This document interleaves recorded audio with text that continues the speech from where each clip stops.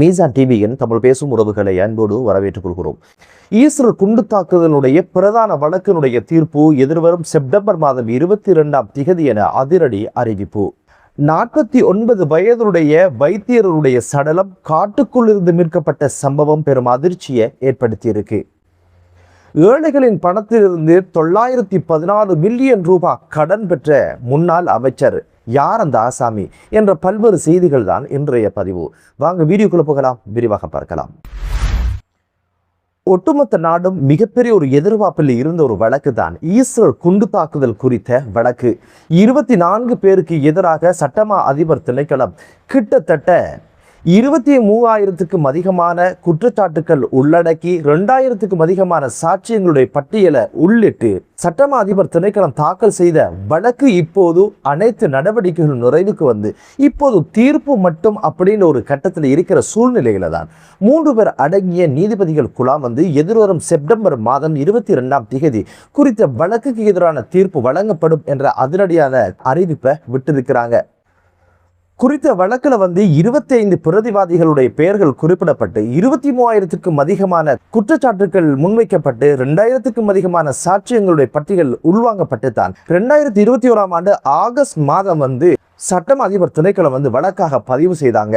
2021 ஆண்டு வழக்கு பதிவு செய்யப்பட்டாலும் கூட 2023 ஆண்டு தான் அதனுடைய வழக்கு நடவடிக்கைகள் வந்து தொடங்கப்பட்டது. 25 பேருக்கு எதிராகத்தான் குற்றப்பத்திரிகை தாக்கல் செய்யப்பட்ட போதிலும் அதில் ஒருவர் வந்து சிறைச்சாலைக்குள்ளே இறந்ததன் காரணமாக இப்போது வந்து இதனுடைய சந்தேக நபர்களாக 24 பேர் பெயரிடப்பட்ட சூழ்நிலையில தான் இந்த வழக்கினுடைய அனைத்து நடவடிக்கைகளும் இப்போது வந்து நேற்றைய தினம் நிறைவுக்கு வந்திருந்தது.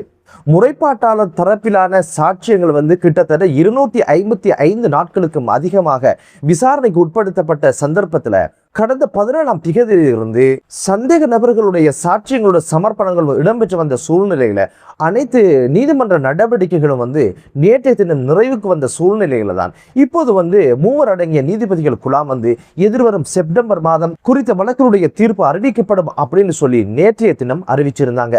ஈஸ்டர் குண்டு தாக்குதல் நடந்து 7 வருடங்களை இப்போது அண்மிக்கின்ற இந்த சூழ்நிலையில தான் பிரதான வழக்கினுடைய தீர்ப்பு வழங்கப்பட போகுது அப்படின்ற ஒரு விஷயம் நாட்டில் மிகப்பெரிய ஒரு எதிர்பார்ப்பை இது ஏற்படுத்தியிருக்கு. ஈஸ்டர் குண்டு தாக்குதல் குறித்த மற்றும் ஒரு வழக்கினுடைய தீர்ப்பும் வழங்கப்பட்டிருக்கு. அதுதான் போதிய உளவு தகவல்கள் கிடைத்தும் இந்த ஒரு தாக்குதலை தடுக்காமை அப்படின்ற குற்றச்சாட்டின் கீழ் வந்து முன்னாள் போலீஸ் அதிபர் பூஜித் ஜெயசுந்தர மற்றும் பாதுகாப்பு அமைச்சின் முன்னாள் செயலாளர் ஹேமஸ்ரீ பெர்னாண்டோ ஆகிய இருவருக்கும் எதிராக மரண தண்டனையை தீர்ப்பாக வழங்கியிருந்தாங்க. அதுபோக வந்து அரசு புலனாய்வின் முன்னாள் பிரதானி சுரேஷ் சலே உள்ளிட்ட குழுவினருக்கு எதிரான விசாரணைகளும் இப்போது தொடங்கப்பட்டிருக்குது. பொறுத்து பார்க்கலாம் இந்த விசாரணையில என்னென்ன விஷயங்கள் வெளிவரப்போகுதோ, 24 பேருக்கு எதிரான வழக்கினுடைய தீர்ப்பு எவ்வகையாக அமைய போகுது அப்படின்னு சொல்லி. அடுத்த செய்தி என்ன அப்படின்னு பார்த்தீங்கன்னா, 49 வயதுடைய வைத்தியருடைய மரணம், அவர் சடலமாக மீட்கப்பட்ட சம்பவம் தான் நேற்றைய தினம் பெரும் அதிர்ச்சியை ஏற்படுத்தி இருந்தது. பதுல போதனா வைத்தியசாலையில மயக்கவியல் நிபுணத்துவ மருத்துவராக கடமையாற்றி வந்த 49 வயதுடைய பிரபாத் தயரத்ன என்று சொல்லப்படுகின்ற வைத்தியர் வந்து பதுல மகியங்கன வீதியில் இருக்கின்ற புதருக்குள் இருந்த ஒரு கற்பாறையின் மீது அவருடைய சடலம் மீட்கப்பட்ட சம்பவம் பெரும் அதிர்ச்சியை ஏற்படுத்தி இருந்தது. குறித்த மருத்துவர்களுடைய சடலம் மீட்கப்பட்ட இடத்துல வந்து 3 வகையான மாத்திரைகளை போலீசார் கைப்பற்றிருக்கிறாங்க. இந்த மாத்திரையை உட்கொண்டுதான் மருத்துவர் உயிரிழந்திருக்கலாம் என்ற சந்தேகம் இப்போது போலீசாருக்கு உண்டாகியிருக்கு. குறித்த மருத்துவருடைய மரணம் குறித்து இந்த சம்பவம் குறித்து பதுல வைத்தியசாலையுடைய வைத்தியர் பாலித்த ராஜபக்ஷ அவங்க ஊடகங்களுக்கு என்ன சொன்னாங்க அப்படின்னு கேட்டீங்கன்னா, 23ஆம் தேதி 10 மணி அளவுல வந்து குறித்த ஒரு சத்திர சிகிச்சையை முடிச்சுட்டு பயணமானவங்க மீண்டும் பணிக்கு வராத சூழ்நிலையில தான் அவருடைய தொலைபேசிக்கு அழைப்பு விடுத்த போதிலும் அதுக்கு பதில் கிடைக்கல. இரவு 10 மணி ஆகியும் வந்து பதில் கிடைக்காதன் காரணமாக உடனடியாக நாங்கள் தேடுதல் பணியை ஆரம்பித்தோம். அப்போதுதான் வந்து பதுல மகியங்கன பிரதான வீதியில வந்து அவருடைய கார் இருப்பதான செய்தி கிடைச்சு உடனடியாக அந்த இடத்துக்கு சென்ற பொழுதுதான் மருத்துவர் பயன்படுத்திய அந்த வாகனம் கைவிடப்பட்ட சூழ்நிலையில நாங்க கண்டு கொண்டோம். உடனடியாக போலீசாருக்கு தகவல் சொன்னோம். மறுதினம் போலீசார், இராணுவத்தினர், போலீஸ் மோப்ப நாய்களை கொண்டுதான் இந்த ஒரு தேடுதல் பணியை ஆரம்பிச்சாங்க. புதருக்குள்ள இருக்கின்ற ஒரு கல்லின் மீதுதான் வைத்தியர் சடலமாக மீட்கப்பட்டது எங்களுக்கு மிகப்பெரிய ஒரு அதிர்ச்சியை உண்டு பண்ணியது அப்படின்னு ஒரு விஷயத்த சொல்லி இருந்தாங்க. குறித்த வைத்தியர் வந்து நுவரலிய கிண்ணியத்தேன பிரதேசத்தை பிறப்பிடமாக கொண்டவர். கொழும்பு பல்கலைக்கழகத்துல மருத்துவ பீடத்துல வந்து 98-99 கல்வி ஆண்டுல கல்வி கற்றவர் அப்படின்னு ஒரு விஷயமும் இப்போது தெரிய வந்திருக்கு.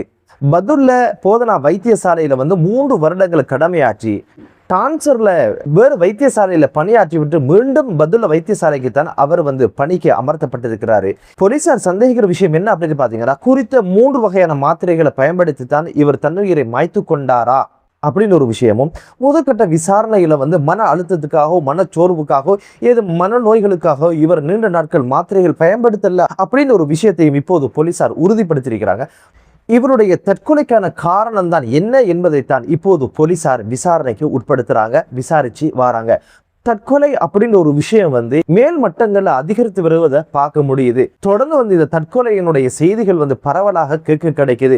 இப்போது வந்து ஒரு வைத்தியர் தற்கொலை செய்து கொண்டதா மிகப்பெரிய ஒரு அதிர்ச்சியை உண்டு பண்ணிருக்கு. WHO தற்கொலை குறித்து என்ன சொல்லுது அப்படின்னு கேட்டீங்கன்னா, அது ஒரு வியாதி, அதுக்கு மருத்துவம் எடுத்துக்கொள்ளணும் அப்படின்னு ஒரு விஷயத்தை சொல்லுகின்ற ஒரு சூழ்நிலையில நோயை குணப்படுத்துகின்ற ஒரு வைத்தியரை தற்கொலையை கையில் எடுத்து தற்கொலை செய்து கொண்ட சம்பவம் தான் மிகப்பெரிய ஒரு அதிர்ச்சியும் மிகப்பெரிய கேள்விகளையும் இங்கு எழுப்பியிருக்கு. அனைவருடைய வாழ்க்கையிலும் வந்து பிரச்சனை இல்லாத பகுதிகள் கிடையாது. பிரச்சனைகளுக்கு தற்கொலை தான் தீர்வு அப்படின்னு சொல்லிட்டா ஒட்டுமொத்த உலகத்திலும் முக்காவாசி பேர் இறக்க வேண்டிய சூழ்நிலை தான் உருவாகும். வாழ்க்கையின் சவால்களையும் வாழ்க்கையினுடைய சோதனைகளையும் எளிதாக கடந்து செல்கின்றவர்களாக நாங்கள் மாறணும். குறித்த வைத்தியருடைய மரணத்திற்கான காரணம் என்ன, அது தற்கொலையாக இருந்தால் தற்கொலைக்கான காரணம் என்ன, ஏதாவது கடன் தொல்லைகள் இருந்தா அல்லது வேறு நபர்களுடைய அழுத்தங்கள் இருந்ததா அல்லது வேறு எதுவும் பிரச்சனைக்குள்ள டாக்டர் வாழ்ந்து வந்தாரா அப்படின்ற விஷயங்கள் வந்து எதிர்வரும் தினங்கள்ல மேற்கொள்ளப்படுகின்ற விசாரணைகளை தான் தெரிய வரும். பொறுத்திருந்து பார்க்கலாம். மற்ற செய்தி என்ன அப்படின்னு பார்த்தீங்கன்னா, ஏழை மக்களுக்கென உருவாக்கப்பட்ட நிதியங்கள்ல இருந்து முன்னாள் மிக மிக முக்கியமான அமைச்சர் ஒரு வந்து 914 மில்லியன் ரூபாய் கடன் எடுத்து அந்த கடனை இன்னும் கொடுக்கல அப்படின்னு ஒரு விஷயம் வந்து கோப் குழுவினுடைய விசாரணையில நேற்றைய தினம் வெளிக்கொணர்ந்த விஷயம் தான் வந்து ஊடகங்கள்ல மிகப்பெரிய ஒரு செய்தியாக இருந்தது. காரணம் என்ன அப்படின்னு பார்த்தீங்கன்னா, முன்னாள் அமைச்சர் ஐக்கிய தேசிய கட்சிக்கு மிக மிக முக்கியமானவர், ரணில் விக்ரமசிங்கருடைய வலதுகை அப்படின்னு கூட சொல்ல முடியுமான ஒரு மிக முக்கியமான அமைச்சர் தான் தயா கமகே. அவருடைய நிறுவனங்களை நடத்துவதற்காகத்தான் இவர் என்ன பண்ணியிருக்கிறார் அப்படின்னு பார்த்தீங்கன்னா, ஏழைகளுக்கென உருவாக்கப்பட்ட HDFC என்று சொல்லப்படுகின்ற நிறுவனத்திடம் இருந்துதான் இந்த கடன் தொகையை பெற்றிருக்கிறாரு. இப்போது கடன் வட்டியாக சேர்ந்து வந்து கிட்டத்தட்ட 914 மில்லியன் ரூபாய் இவர் செலுத்த வேண்டிய பணம் அப்படின்னு ஒரு விஷயம் தான் மிகப்பெரிய ஒரு அதிர்ச்சியை உண்டு பண்ணிருக்கு. இதனுடைய அடிப்படை விதி என்ன அப்படின்னு பார்த்தீங்கன்னா, PEP நபர்களுக்கு கடன் வசூலி கொடுக்க கூடாது அப்படின்றது தான். அப்படின்னா யார் அப்படின்னு பார்த்தீங்கன்னா, இவங்க யார் அப்படின்னு பார்த்தீங்கன்னா, அரசியல் செல்வாக்குள்ள நபர்களுக்கு வந்து இந்த கடன் உதவி கொடுக்கப்படக்கூடாது. ஏழைகளுடைய வீட்டு கனவை நனவாக்குவதற்கு தான் இந்த நிதியத்தை அரசு உருவாக்கியிருக்கு. இந்த பணத்துல தான் தான் அதிகாரத்தில் இருக்கும் பொழுது அதிகாரத்தை பயன்படுத்தி அழுத்தங்களை பயன்படுத்தி தான் இந்த குறித்த பணத்தை இவர் பெற்றிருக்கிறார். அதுவே மிகப்பெரிய தவறு. ஆனால் இதுவரைக்கும் அந்த கடனை நிறைவேற்றவில்லை என்பதுதான் இப்போது விசாரணையில தெரிய வந்திருக்குது. தயா கமகே அமைச்சராக இருந்த காலப்பகுதியில சமுர்தி நிவாரண விழா அப்படின்னு சொல்லி நாடு தழுவி ஒரு விழாவை ஏற்பாடு செய்திருக்கிறாரு. இந்த விழாக்கு எங்கிருந்து பணம் பெற்றிருக்காங்க அப்படின்னு பார்த்தீங்கன்னா, சமூக பாதுகாப்பு நிதியத்திலிருந்து 135 மில்லியன் ரூபாவை எடுத்து தான் இந்த ஒரு விழாவை நடத்தி முடிச்சிருக்கிறாங்க. இந்த விழாவில் என்ன பண்ணியிருக்காங்க அப்படின்னு பார்த்தீங்கன்னா, தனது கட்சிக்கு போஸ்டர் ஓட்டியவன், தேர்தல் பிரச்சாரம் செய்தவன், தேர்தலுக்காக உழைச்சவன், தூக்கினவன், பாட்டு படித்தவன், கைத்தட்டினவன் அப்படின்னு சொல்லி கட்சி சார்ந்தவங்களுக்கு வந்து பல்வேறு நிவாரணங்களை வழங்கியிருக்கிறாங்க. இந்த பணம் எங்கிருந்து எடுத்திருக்காங்க அப்படின்னு பார்த்தீங்கன்னா, சமூக பாதுகாப்பு நிதியம், இது பொதுமக்களுடைய பணத்தில் இயங்கி வருகின்ற நிதி நிறுவனம். அரசு அதிகாரிகள் இதில் சிக்கிக்கொள்ளக்கூடாது என்பதற்காக என்ன பண்ணினாங்க அப்படின்னு பார்த்தீங்கன்னா, சமுர்தி பணத்தில் இருந்து இந்த பணத்தை ஈடு செய்து இந்த ஒரு கணக்கை பேலன்ஸ் பண்ணி காட்டி அவங்க தப்பிச்சுட்டாங்களாம் அப்படின்ற விமர்சனமும் இப்போது முன்வைக்கப்படுது. ஒட்டுமொத்தத்தில் தயா கமகே மிகப்பெரிய ஒரு கோடீஸ்வரராக இருந்திருக்கிறாரு. கட்சிக்கு பண் பண்றவர், கட்சியை தூக்கி நிறுத்தியவர், முதுகெலும்பாக இருந்தவர், பல்வேறு காலகட்டங்களில் அமைச்சராக இருந்தார். ரணில் விக்ரமசிங்க அவருடைய மனைவிக்கு பிரதி அமைச்சரை கொடுத்து ஒரே வீட்டுக்குள்ள 2 அமைச்சர்கள் இருந்த காலங்களையும் பார்க்க முடிந்தது.